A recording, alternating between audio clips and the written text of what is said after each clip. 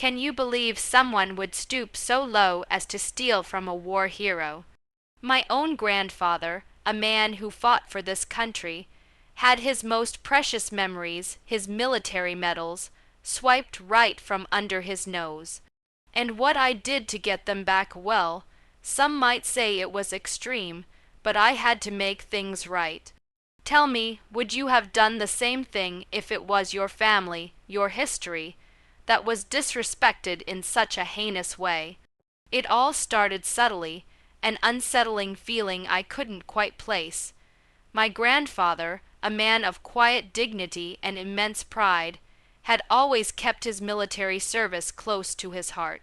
He didn't boast, but his uniform, carefully preserved, and his medals, gleaming in a display case in his study, were tangible testaments to his bravery and sacrifice.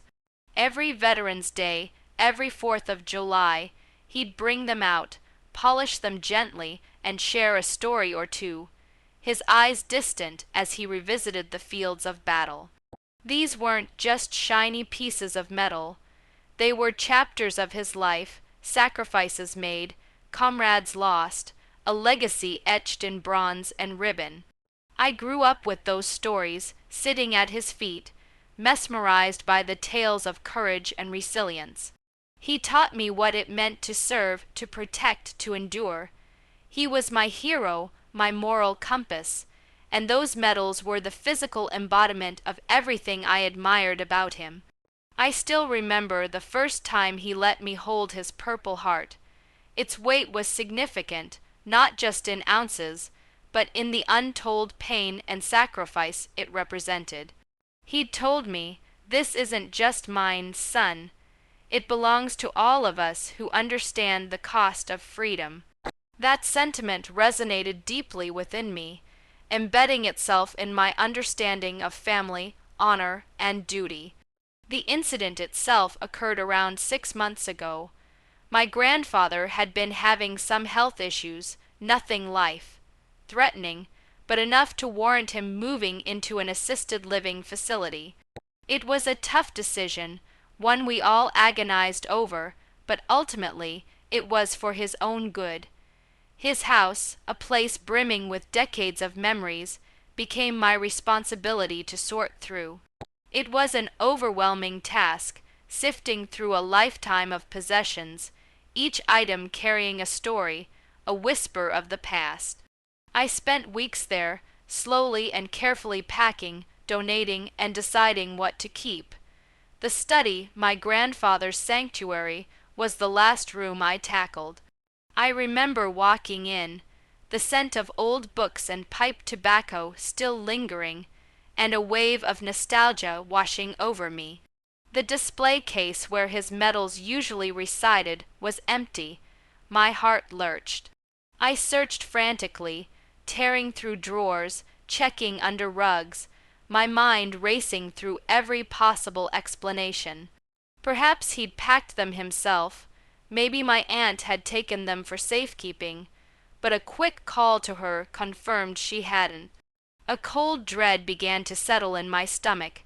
These weren't just missing, they were stolen. The theft felt like a personal violation, not just of my grandfather's property, but of his very essence.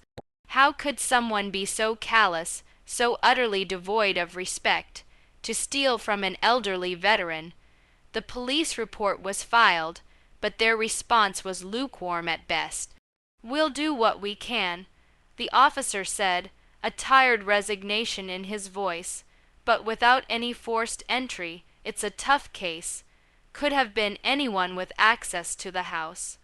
My grandfather, when I finally told him, simply looked at me, his eyes clouded with a profound sadness that was far more devastating than any anger he could have expressed. "They were just medals, son," he whispered, "but they were my medals." It broke my heart. It wasn't about the monetary value.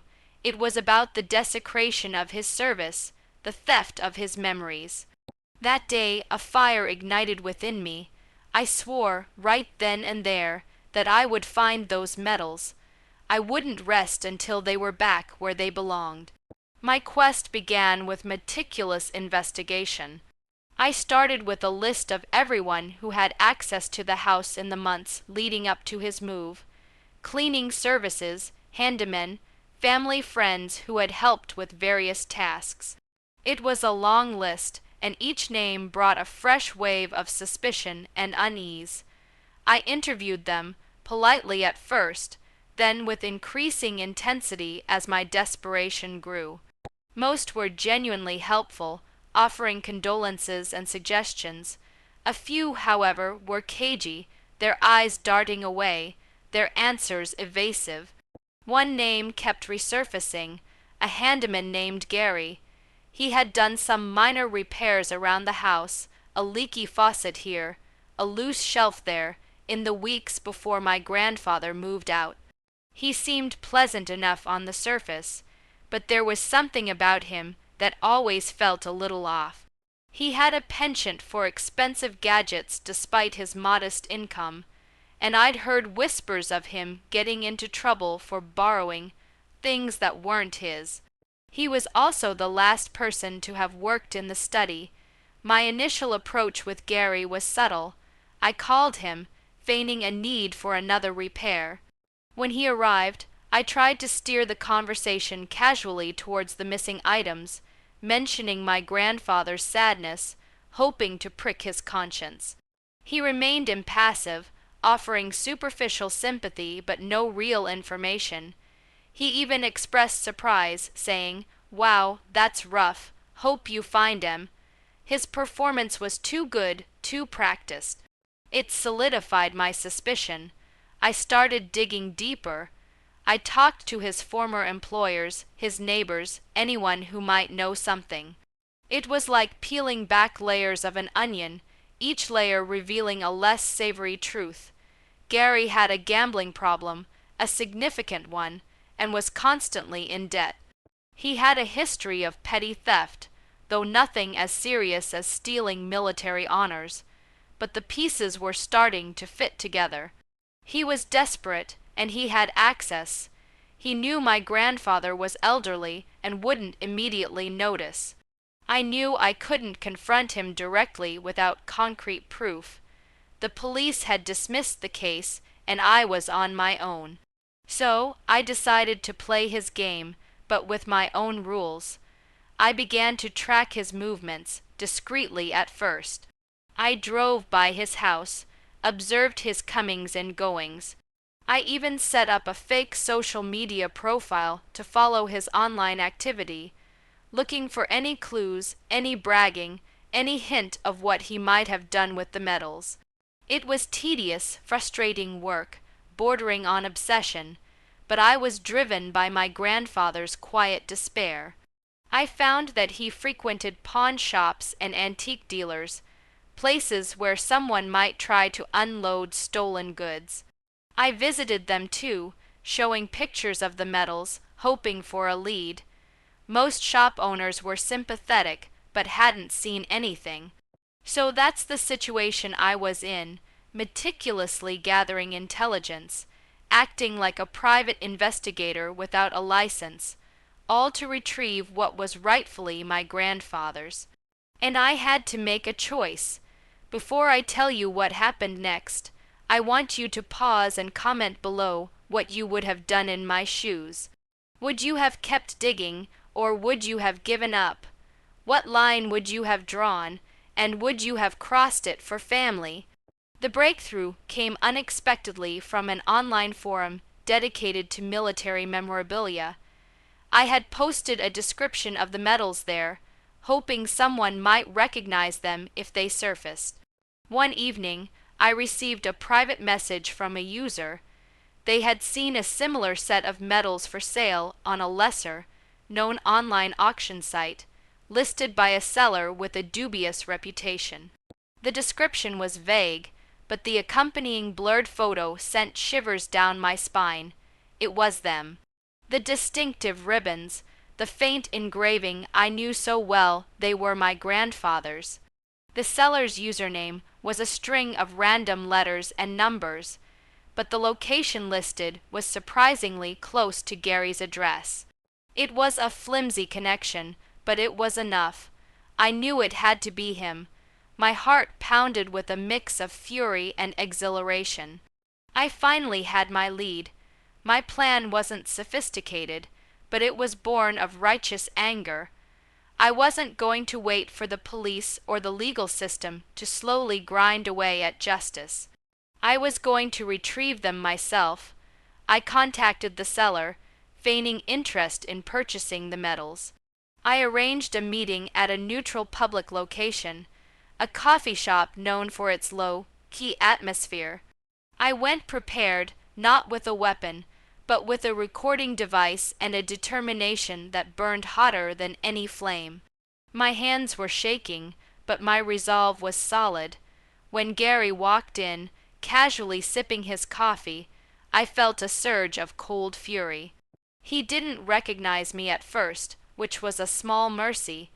I played the part of an eager collector, asking about the provenance of the metals, trying to bait him into admitting they were stolen. He launched into a rambling, unbelievable story about inheriting them from a distant relative. His eyes darted around, his voice slightly too high-pitched. He was a terrible liar. I pressed him, subtly at first, then with increasing intensity. You know, these look remarkably similar to a set that was stolen from a decorated veteran recently. I said, my voice low and steady, watching his face closely. He flinched, a flicker of panic in his eyes. He denied it, of course, profusely. But then I showed him a picture of my grandfather wearing his uniform, the medals pinned proudly to his chest. This is my grandfather, I stated, and those are his asterisk medals you're trying to sell. The color drained from his face. He stammered, tried to gather his composure, but it was too late. He was caught. I told him I had already contacted the police, that they were on their way, and that he had two choices: return the medals to me right then and there, or face charges for theft and potentially much worse, given his history. It was a bluff about the police, but the fear in his eyes told me it had worked. He caved. He confessed, a pathetic stream of excuses about gambling debts and desperation. He pulled a small, velvet bag from his backpack, revealing the familiar gleam of the medals. My grandfather's medals. I picked them up, my fingers tracing the delicate etchings, the slightly worn ribbons. They were all there, every single one. I felt a wave of relief so profound it almost buckled my knees. I stared at Gary, a man who had stolen not just objects, but honor, history, and peace of mind. I told him he was lucky I wasn't pressing charges, that the humiliation and public exposure would be enough punishment for now. Warned him that imkkers essets him price swinks or tealing from anyone again, and persona moi eger he faced than almost any fair ulalar as oret of the CL.